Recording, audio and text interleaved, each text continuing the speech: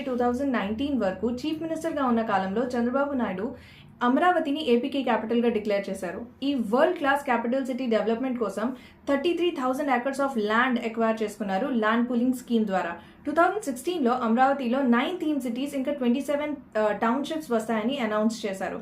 దీని master plans ready అవ్వగానే world bank మరియు ఏషియన్ ఇన్ఫ్రాస్ట్రక్చర్ బ్యాంక్ $500 మిలియన్ వరకు క్యాపిటల్ సిటీ కన్స్ట్రక్షన్ కోసం లోన్ ఇవ్వడానికి రెడీ అయ్యారు. కానీ 2019లో జగన్మోహన్ రెడ్డి చీఫ్ మినిస్టర్ అవ్వగానే అమరావతిలో పనులన్నీ ఎక్కడికక్కడ ఆగిపోయాయి. 2016 నుంచి 19 వరకు almost 10,000 crores of public money spend చేశారు. ఈ మనీ మొత్తం వేస్ట్ అయింది.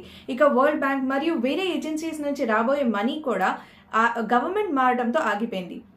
Jaganmohan Reddy 3 new Capitals announce చేశారు. కానీ వాటి మీద ఆయన పెద్దగా ఏం వర్క్ చేయలేదు. ఆయన తీసుకున్న ఈ ఒక్క చిన్న డిసిజన్ వల్ల కొన్ని వేల కోట్ల మనీ వేస్ట్ అయింది. అండ్ ఈ రోజు స్టేట్ డివిజన్ అయిన 10 సంవత్సరాల తర్వాత కూడా ఏపీకి క్యాపిటల్